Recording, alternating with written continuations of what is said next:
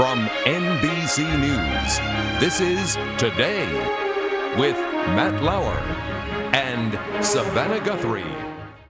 And coming up next, the Wall of Wind, a live demonstration of what it's like to be in a monster Category 5 hurricane.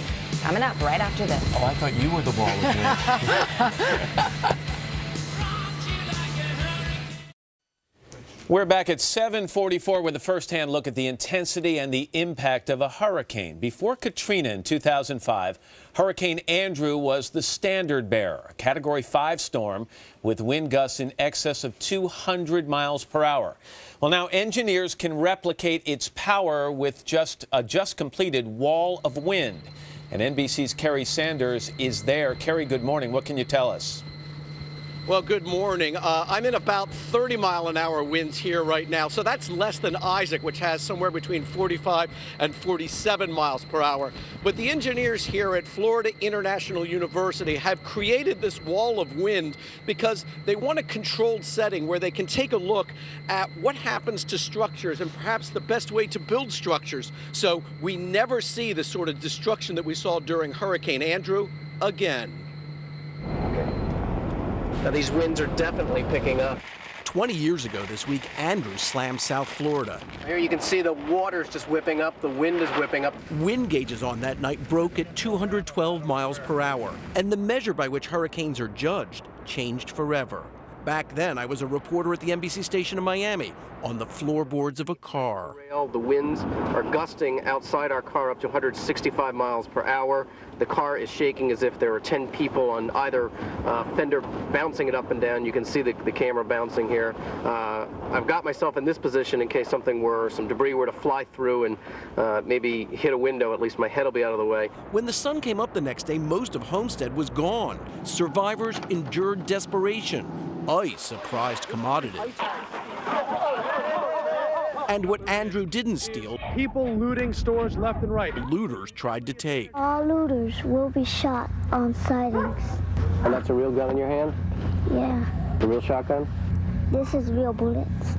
Michael Miner remembers that day. He was in his bed when he heard a loud boom. The entire roof just lifts up over the bedroom, and we look up, and all we could see was the stars and the rain and the wind, and it was just unbelievable. To try to build structures to withstand a Category 5 hurricane, municipal building codes in the last 20 years have changed along the east and Gulf coasts.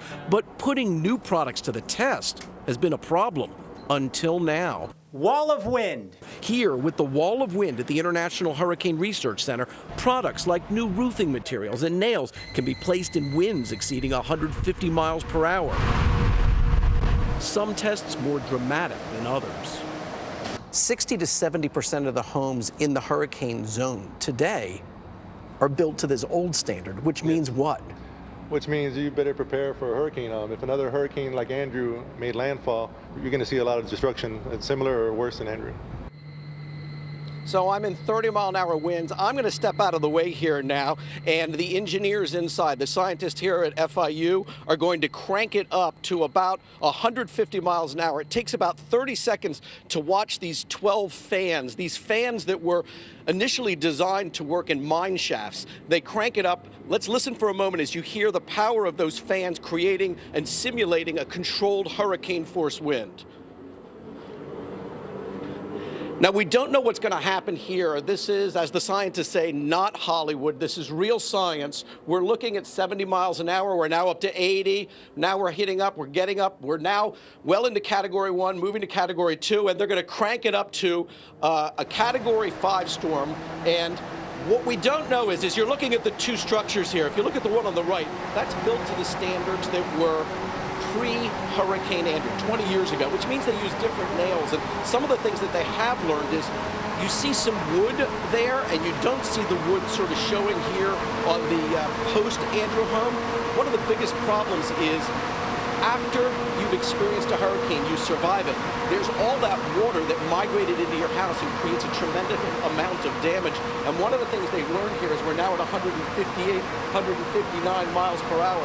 One of the things they've learned is that if you spend, after the hurricane, $4 for all those repairs going to your insurance company, which, don't forget, at the end of the day, you probably end up paying, if you spent $1 on the front end, you could mitigate some of the damage. So we're going to look at this here just for a couple more minutes and see 150 miles an hour whether the roof lifts off, and it does not. So it's science, not Hollywood, but that's sort of a look at what they're doing here at FIU to determine how best to handle and how best for those who build in hurricane zones. Matt, wow. Savannah? It's just wild stuff, Carrie. It really is. Their neighbors must just hate them when they crank that thing up. Oh, the wall of wind is here on they again. go again. Unless you want to go fly a kite. Yeah, exactly. That's fantastic. All right, Carrie Sanders in Florida for us. Carrie, as always, thank you very much. We appreciate it. Carrie's with the sacrifice always. Yes.